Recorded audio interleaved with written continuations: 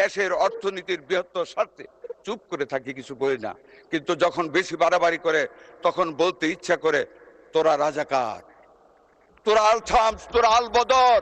দেশটিকে গড়ার লক্ষ্যে ঐক্য করতে চাই, কিন্তু আদর্শের বিরুদ্ধে গিয়ে নয়। লেইস ফিতা লেইস স্টাইলে ৭১কে বিক্রি করতে করতে দেউলিয়া করে ফেলেছে মাননীয় স্পিকার একটি দল।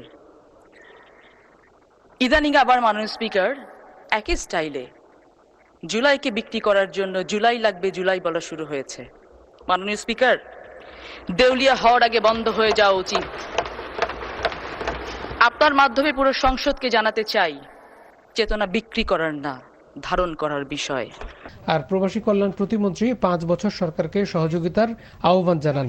জুলাই সনদ যে ইস্যুতে বিএনপির দ্বিমত ছিল, নোট অফ ডিসেন্ট ছিল, সেটা বিএনপি বাস্তবায়ন করবে, এটাই স্বাভাবিক। কিন্তু এটাকে মিথ্যা, সত্যের সাথে মিথ্যাকে জড়িয়ে আমি মনে করি এই অপপ্রচার অন্তত আমাদের বিরোধী দলের বন্ধুদের করা উচিত নয়।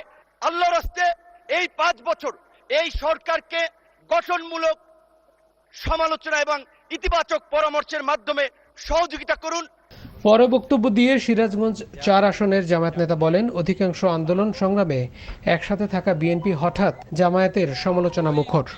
এই নির্বাচনের পরেই আমরা জামাত এত খারাপ হয়ে গেলাম যে এখন বাংলাদেশে কোনো জিনিসপত্রের ঊর্ধ্বগতির কোনো কথা নাই, তেলের দাম বৃদ্ধি পাচ্ছে এ ব্যাপারে কোনো বক্তব্য নাই, আইন শৃঙ্খলা পরিস্থিতির মারাত্মক অবনতি হয়েছে সারা দেশে, এ ব্যাপারে সরকারি দলের কোনো বক্তব্য নাই। বক্তব্য হলো জামাত ইসলামী। এর আগে জামায়াতের জ্যেষ্ঠ নেতা মুজিবুর রহমান বলেন, জান্নাতের টিকিট বিক্রির বিষয়ে জামায়াতের কোনো নেতা বক্তব্য দেননি। চাঁদাবাজ কোনো দলের সদস্য হতে পারে না। চাঁদাবাজ চাঁদাবাজি, তাদেরকে ধরতে হবে, গ্রেপ্তার করতে হবে। আজকে বিরোধী দল এই প্রস্তাব দিতে চায় যে বাংলাদেশকে চাঁদাবাজ মুক্ত করতে হবে। আপনি জানমাল দিবেন, বিক্রি করবেন, জান্নাতে যেতে পারবেন।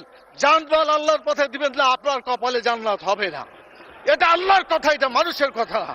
আমি চ্যালেঞ্জ দিলাম, জামাত ইসলামের কোন নেতা বলেছে আমার কাছে যে জান্নাতের টিকিট আছে, বিক্রি করছি?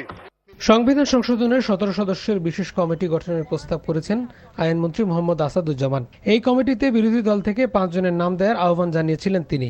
তবে বিরোধী দলীয় নেতা ডাক্তার শফিকুর রহমান বলেন, এই কমিটি গঠনের ক্ষেত্রে তাদের ধারণাগত ভিন্নতা থাকায় নিজেদের মধ্যে আলোচনা করে সিদ্ধান্ত জানাবেন।